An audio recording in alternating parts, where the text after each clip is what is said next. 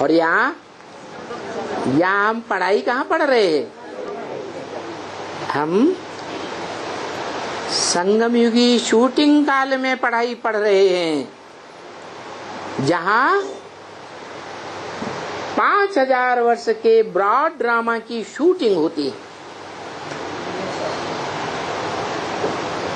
जहाँ भगवान स्वयं गीता ज्ञान देते हैं और गीता ज्ञान देकर इस सृष्टि में महाभारत युद्ध कराते हैं।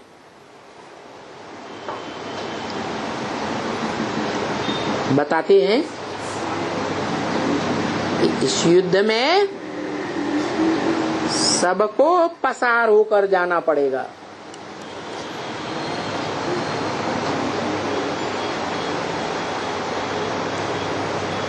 ऐसी कोई आत्मा नहीं होगी जो इस युद्ध से क्रॉस करके आगे न बढ़े।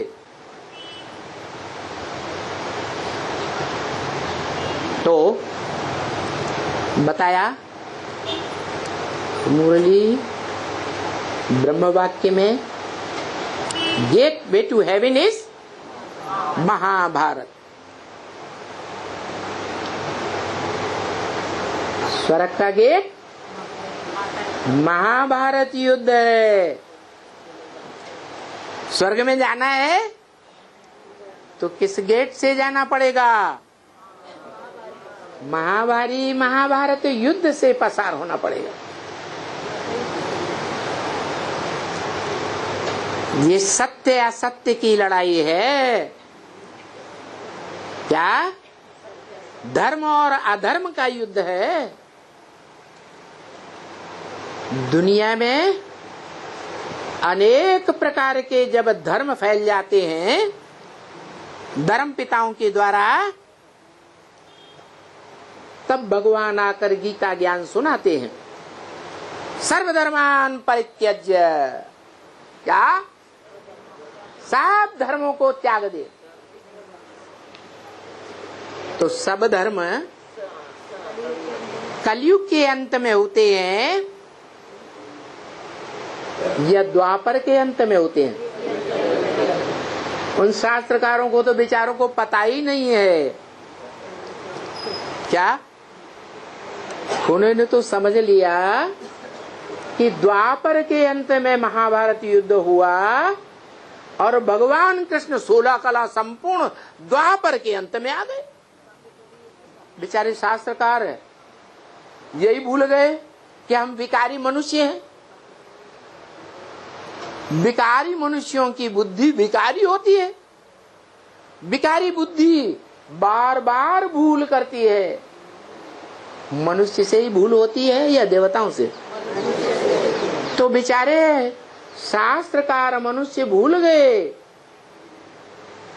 कि शास्त्रों में तो लिखा है पहले ही सतयुग 16 कला संपूर्ण को जन्म देता है, त्रेता 14 कला को जन्म देता है और द्वापर ज्यादा से ज्यादा 8 कला वालों को जन्म देता है।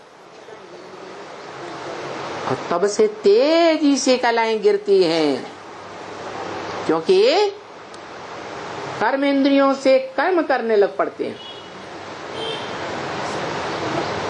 जो ब्रह्म वाक्य है मुरली में कि मनसा में भले संकल्प आए, विकल्प आए, बुरे विचार आए, लेकिन कर्म इंद्रियों से गलत काम नहीं करना है। श्रीमत के बरखिलाफ कोई काम नहीं करना है। तो द्वैतवादी युग में कर्मेंद्रियों से भी कर्म करने लग पड़ते हैं और बड़ी तेजी से नीचे गिरते हैं, पतित बनते हैं। दुनिया के सभी मनुष्य मात्र तेजी से पतित बनते हैं।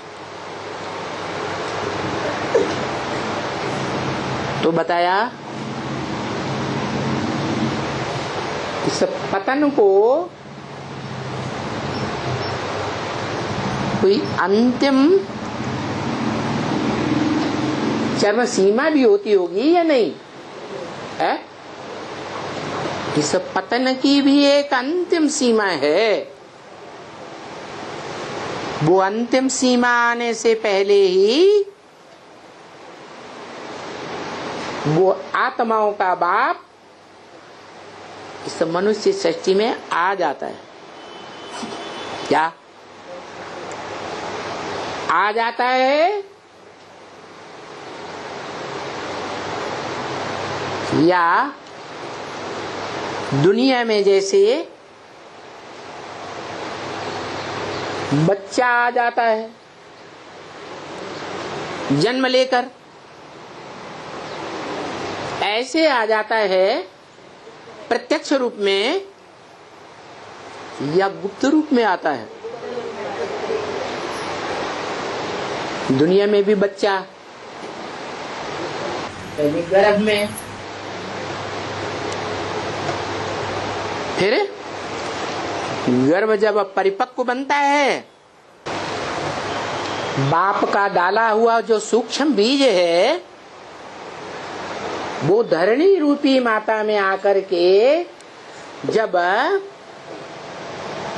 भ्रूण बनता है, भ्रूण से पिंड बनता है शरीर का, हाथ पांव वाला, तो निर्जीव होता है या चैतन्य होता है?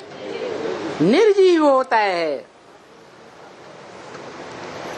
बाद में उसमें आत्मा प्रवेश करती है। तो ये परंपरा भगवान आकर के डालते हैं। जब आते हैं तो अहम बीज प्रदपिता, मैं ज्ञान का बीज बोने वाला पिता हूँ।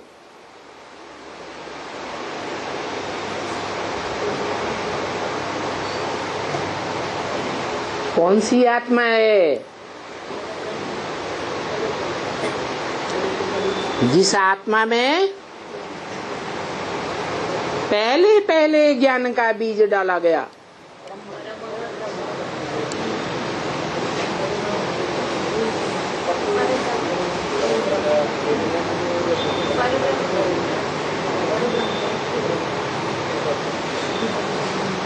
जिसका नाम परम माने बड़ी, ब्रह्म माने बड़ी ते बड़ी माँ।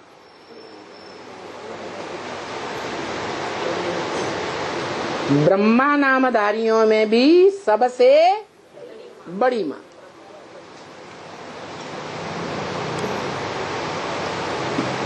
तो बाप भी कैसा होगा? है बाप भी कैसा पुरुष होगा?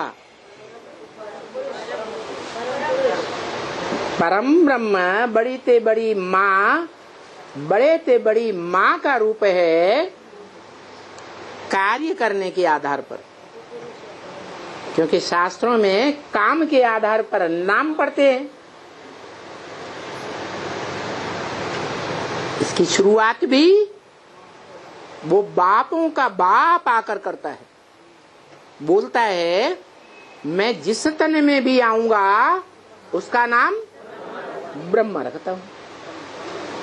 तो जिस पहले नंबर में आऊंगा वो बड़े से बड़ी माँ हो गई।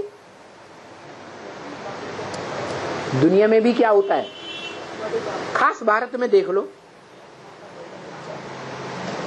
ब्रह्म वाक्य है मुरली में,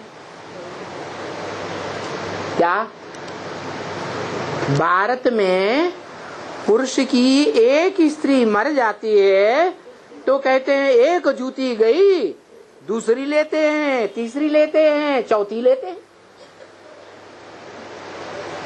है? ऐसे करते हैं या नहीं करते? लेकिन मान ज्यादा कौन सी माता के बच्चों का होता है? जो पहले नंबर की माता होती है उसका मान शान ज्यादा होता है। तो ये परंपरा किसने डाली है? आत्माओं के बाप ने आकर ये परंपरा डाली। जैसे ब्रह्मा पुरुष दादा लेखराज, उसमें भी प्रवेश किया सन 47 में, तो क्या नाम रखा? ब्रह्मा नाम रखा। परंतु वो तो बाद वाला ब्रह्मा या आदि वाला ब्रह्मा है? वो तो बाद वाला ब्रह्मा है, आदि वाला तो नहीं है। तो आदि वाला जो ब्रह्मा है, जो शास्त्रों में गाया हुआ है, गुरुर् ब्रह्मा गुरुर् विष्णु गुरुर्देवो महेश्वर, गुरु साक्षात परम ब्रह्म तस्मै श्री गुरुवे नमः।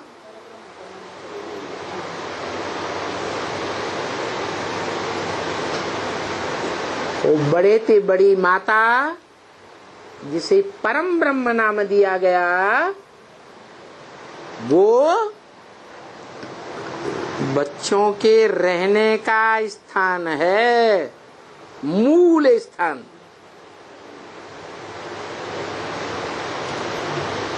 है। बाप बीज डालता है, जितने बार भी बीज डालेगा तो आधार माता ही बनती है ना। कौन बनता है? माता आधार बनती है। तो बच्चों का, परिवार में जो भी बच्चे जन्म लेते हैं, उन सब का मूल स्थान कौन सा हुआ है? माता, पहली माता। बेहद ब्राह्मणों की दुनिया में भी पहली माता परम ब्रह्म, और वो परम ब्रह्म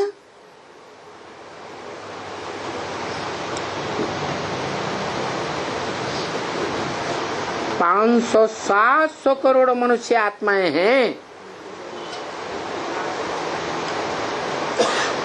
उनमें सबकी माता प्रैक्टिकल में या कोई विशेष आत्माओं की माता है? दुनिया में भी ऐसे ही होता है। कोई बाप के परिवार में एक के बाद एक 4 माताएं बनी हो परिवार में, तो जो पहले परिवार की रचना होगी वो ज्यादा पावरफुल होगी ना।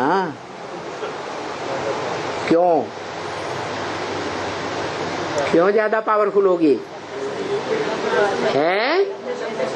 हाँ, क्योंकि सबसे जास्ती लंबे समय का सत्य का सत्व भरा हुआ है। क्या? जिसे हम कहते हैं गॉड इज ट्रुथ।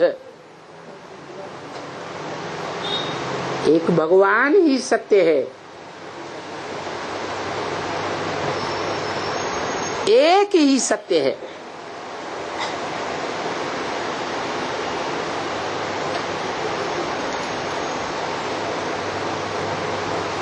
उसके अलावा कोई भी सत्य नहीं है।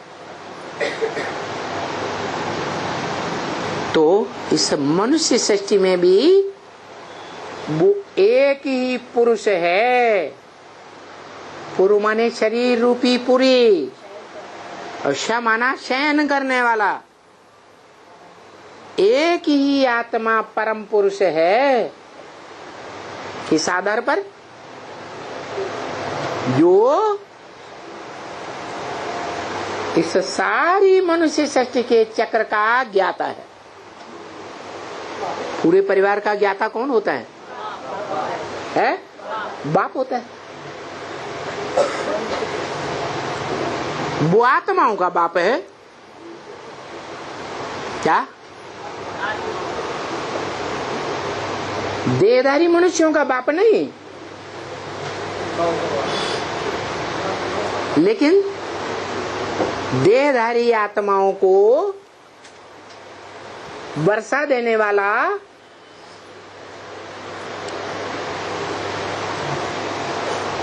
कौन होगा? देहधारी बाप होगा या निराकारी बाप होगा? स्वर्ग का वर्षा देने वाला स्वर्ग साकार होता है या निराकार? स्वर्ग साकार होता है। साकार स्वर्ग का रचयिता साकार होगा या निराकार होगा? साकार होगा। तो मनुष्य सृष्टि का बीज जो हीरो पार्टधारी है, इस मनुष्य सृष्टि रूपी ब्रॉड ड्रामा में ऑलराउंड पार्टधारी है, वो ही स्वर्ग का रचयिता है। क्या है या नहीं है?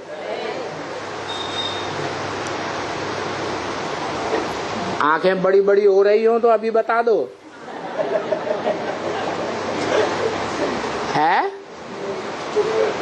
है या नहीं है? है, क्योंकि साकार का रचयिता साकार, घड़ा साकार तो घड़ा बनाने वाला कुम्हार भी साकार। आत्माएं निराकार तो निराकार आत्माओं को निराकारी आत्मा हो इस बात का परिचय देने वाला भी निराकार। उससे पहले तो हम जानते ही नहीं थे कि हम क्या है।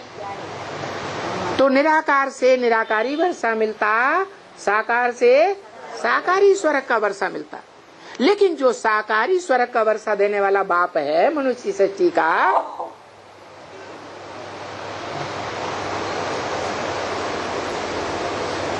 वो तीनों कालों में पार्ट बजाता है कि नहीं?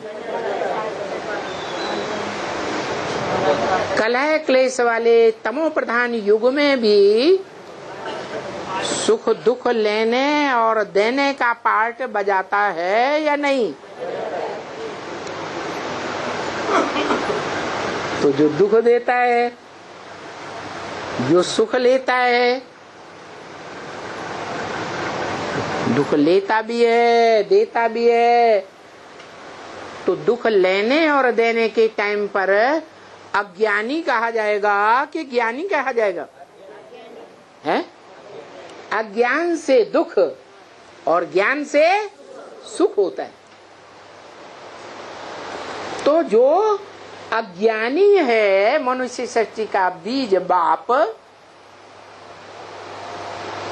उसको ये ज्ञान कहाँ से मिलता है कि स्वर्ग कैसे रचा जाए? अगर वो पहले से ही उसमें ज्ञान होता तो 84 के चक्र में पहले ही स्वर्ग बना देता। बना देता है? बनाता है? नहीं बनाता। तो सवाल है कैसे बनाता है? कौन उसे रास्ता बताता है? वो काहे का मनन चिंतन? अरे 63 जन्म तो सुंदर सुंदर बीवियों का मनन चिंतन किया है। राजयोग सीखने वाले राजाओं ने ढेर की ढेर रानियां रखी हैं। भारत पतन के गर्त में गया ना, तो भिखारी बनने से गया ना, तो 63 जन्म का अभ्यास क्या है?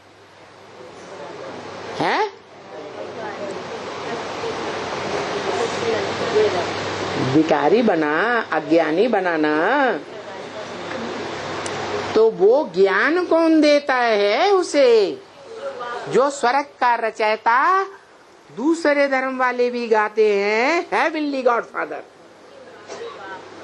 हेवन को वर्षा, हेवन का वर्षा देने वाला फादर। फादर तो तभी होता है जब वर्षा दे। फादर सिर्फ कहे और कभी मिले ही नहीं, वो फादर कैसे हो सकता? इसलिए मुरली में बोला, सारी दुनिया की जो भी मनुष्य मात्र हैं, सबको आकर के मिलते हैं।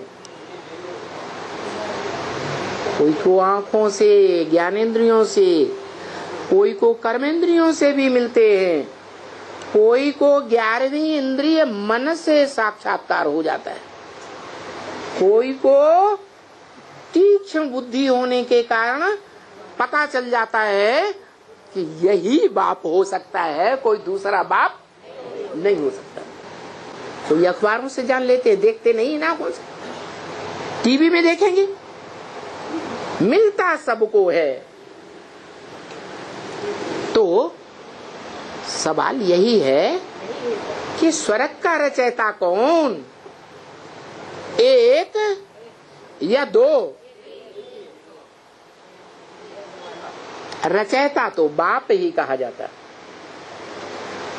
परंतु प्रवृत्ति मार्ग से सुख दुख की सृष्टि बनती है कि बिना प्रवृत्ति के बनती है? तो प्रवृत्ति चाहिए, माता चाहिए या नहीं चाहिए? तो वो परम पुरुष, परम पिता को क्या चाहिए? माता चाहिए। तो इस मनुष्य सृष्टि में जो पूरा चक्र लगाने वाली आत्मा है, तीनों कालों का चक्र लगाने वाली, उसको पता है ना कि यही काल चक्र है, यही महाकाल है जो पूरा चक्कर लगा के आता है तीनों कालों का। तब मुझे ज्ञान होता है, किसको? शिव बाप को, कि ये तीनों काल का ये चक्र में ये ऐसा ऐसा होता है। तो तीनों काल का ज्ञाता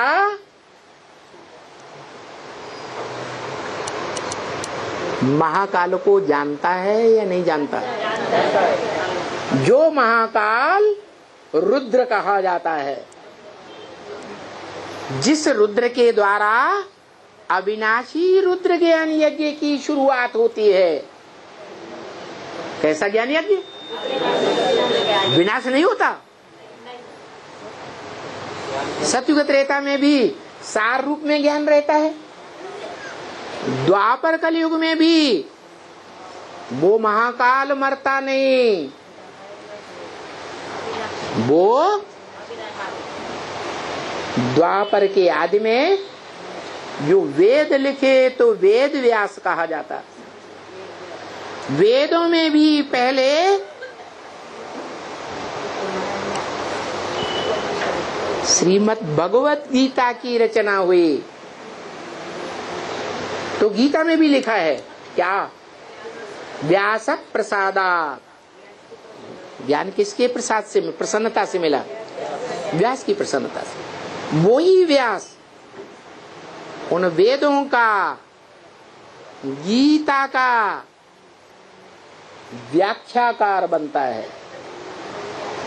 शतपथ ब्राह्मण लिखे गए, आरण्यक लिखे गए, पुराण लिखे गए, उपनिषद लिखे गए, और द्वापर से लेकर के कलयुग तक पुराण लिखे गए। ये रामायण महापुराण जो कहा, रामायण पुराण जो कहा जाता है, तुलसीदास के द्वारा कलयुग में लिखा गया ना। तो वो अविनाशी ज्ञान जीवित रहता है या खत्म हो जाता है? ओ हीरो पार्टदारी इस षष्ठी रूपी रंगमंच पर कोई न कोई रूप में रहता जरूर। भले सब संग के रंग में आते हैं तो वो भी संग के रंग में आकर नीचे गिरता है। लेकिन बड़े राजा का बच्चा कुसंग में आए और सामान्य पुरुषों के बच्चे भी कुसंग में उसके साथ साथ आए तो ज्यादा पतित कौन बनेगा? तो वो बड़े ते बड़े बाप का बड़ा बच्चा है। इस षष्ठी रूपी रंगमंच पर ऑल राउंड पार्टधारी, इसलिए वो सुप्रीम सोल बाप उस मनुष्य षष्ठी के बाप में प्रवेश करके उसका नामकरण करते हैं। है? परम ब्रह्म को भी फिर सती कहा जा सकता है क्या?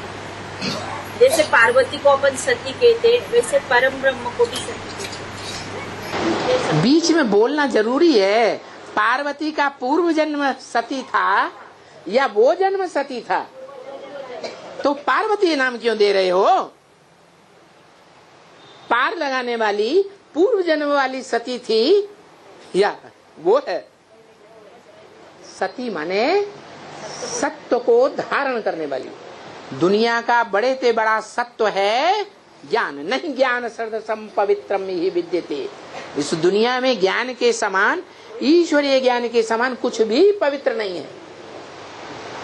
तो वो सती की बात है। वो परम ब्रह्म नाम देता है अपना काम निकालने के लिए। बाप जन्म नहीं देगा मनुष्य सृष्टि का, देव आत्माओं का। कौन जन्म देगी? माता जन्म देगी। तो ब्राह्मण षष्ठी पहले है। उस ब्राह्मण षष्ठी में माता का नाम दिया ब्राह्मण षष्ठी रचने के लिए परम ब्रह्म है। तो पुरुष, जैसे ब्रह्मा पुरुष था, नाम दिया ब्रह्मा, तो उसका नाम माता भी है, वो पिता भी है। आदि में भी माता और अंत में भी माता पिता दोनों साथ एक ही शरीर में। जब संपन्न रूप बनता है तो बड़ा रूप माता और बिंदु रूप पिता, उसको कहते हैं शिवलिंग। ओम शांति।